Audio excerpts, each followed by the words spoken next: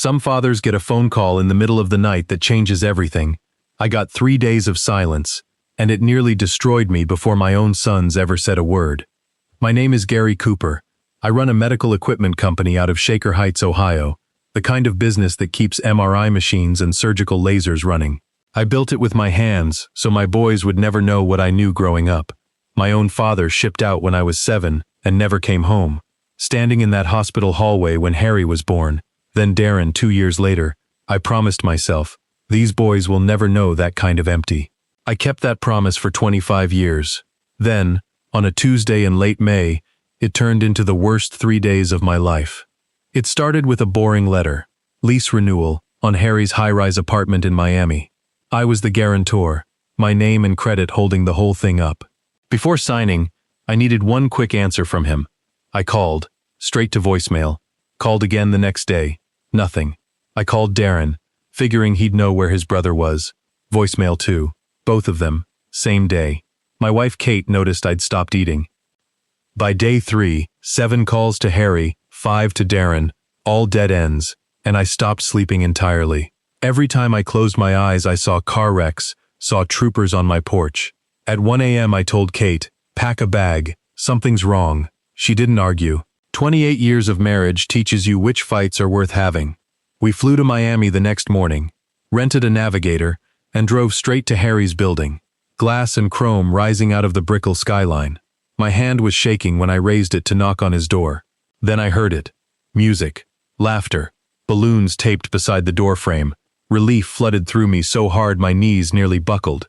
Harry opened the door, drink in hand, and his grin curdled the second he saw us. What are you guys doing here? Not, Dad. Not, is everything okay? Like we were salesmen he needed to get rid of. I've been calling for 3 days, I said. I thought something happened to you. Kate pushed past me, hands at her mouth. Oh, thank God, son. You're okay. Harry cut her off with an eye roll. We didn't answer because we didn't want to talk to you. Stop calling us, you're suffocating us. Stay on your own. 4 words. I've been hit by a lot of things in 52 years. None of them landed like that. A young woman stepped up beside him, holding a pink drink, raising her left hand to catch the light. I'm Haley, she said, his fiancée. Today's our engagement party, which you're currently ruining by showing up uninvited. Our son, engaged. And we found out standing in a hallway, told we were ruining it. 28 years of marriage, and I'd never seen Kate look like someone had reached into her chest with a bare hand, because at home, in our fireproof safe, was her grandmother's ring, polished for 20 years, waiting for a day like this. Darren appeared with a tray of food and groaned at the sight of us. You guys couldn't let us have this one day? I kept my voice level. Your lease renewal is tomorrow. I'm the guarantor. I called for 3 days and neither of you answered. Darren laughed, no humor in it. Here we go again, the savior complex. This is exactly why we both picked colleges thousands of miles from home, to get away from you. Then Harry, arms crossed. We saw your calls.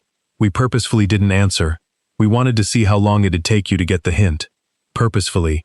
For 3 sleepless nights I'd pictured every danger imaginable, and my sons were watching my name light up their phones, deciding on purpose to let their father suffer.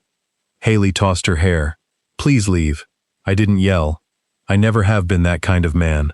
I took my sobbing wife's hand and turned for the elevator. The flight home was the quietest 2 hours of my life. Kate finally spoke over the causeway.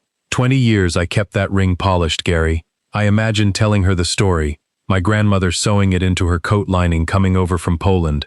Not this. Not being told I'm ruining a party I didn't even know existed.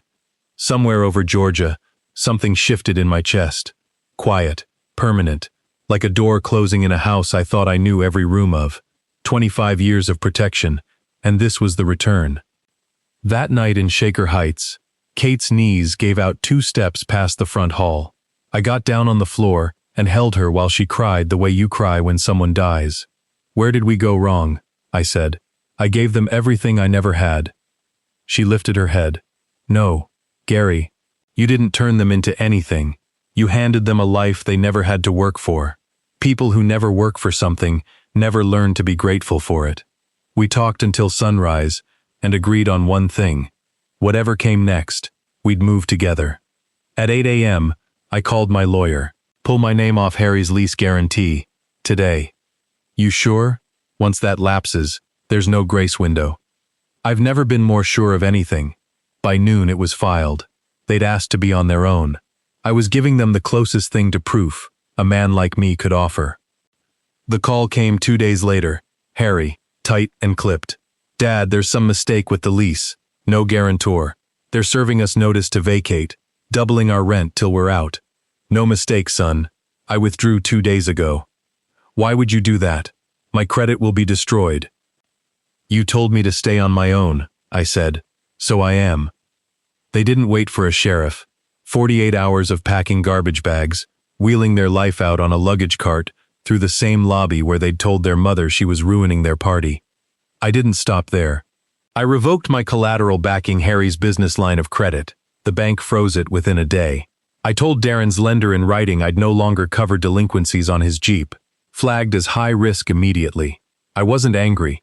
I just let the institutions show my sons what they were actually worth without my shadow covering them. 3 weeks later, a yellow rental truck pulled up to our curb.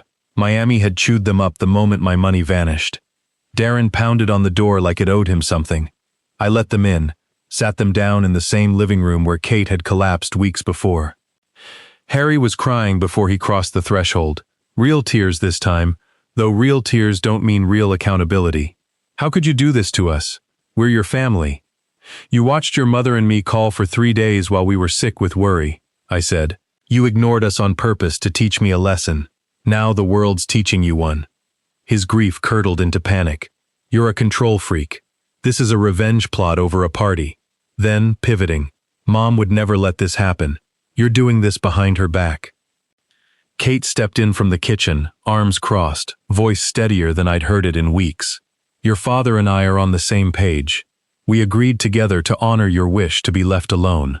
I stood, put my hand on her shoulder. So here we are, I said. We're leaving you alone. Good luck. I watched it land on both their faces. This wasn't a bluff. They left without another word. The following week, I went back to my lawyer. Not about the lease this time. I want to rewrite the trust. Completely. If we're both gone, $0 go to the boys. It all goes to scholarship charities for kids of fallen veterans. Kids whose fathers shipped out and never came home. Who'd give anything for one father to call and mean it. My own father was taken from me by a deployment that never ended right.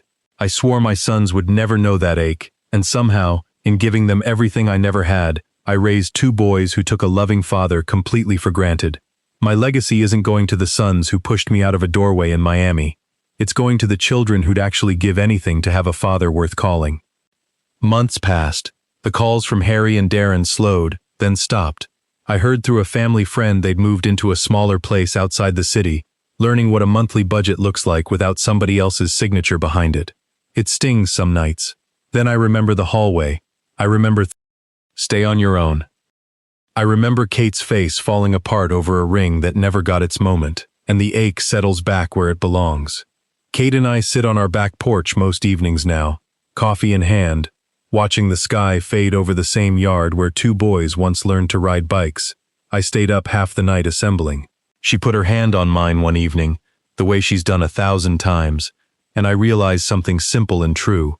I spent my whole life trying to be the father mine never got the chance to be. Somewhere along the way I forgot the only person I truly needed to protect was the woman sitting right beside me the entire time.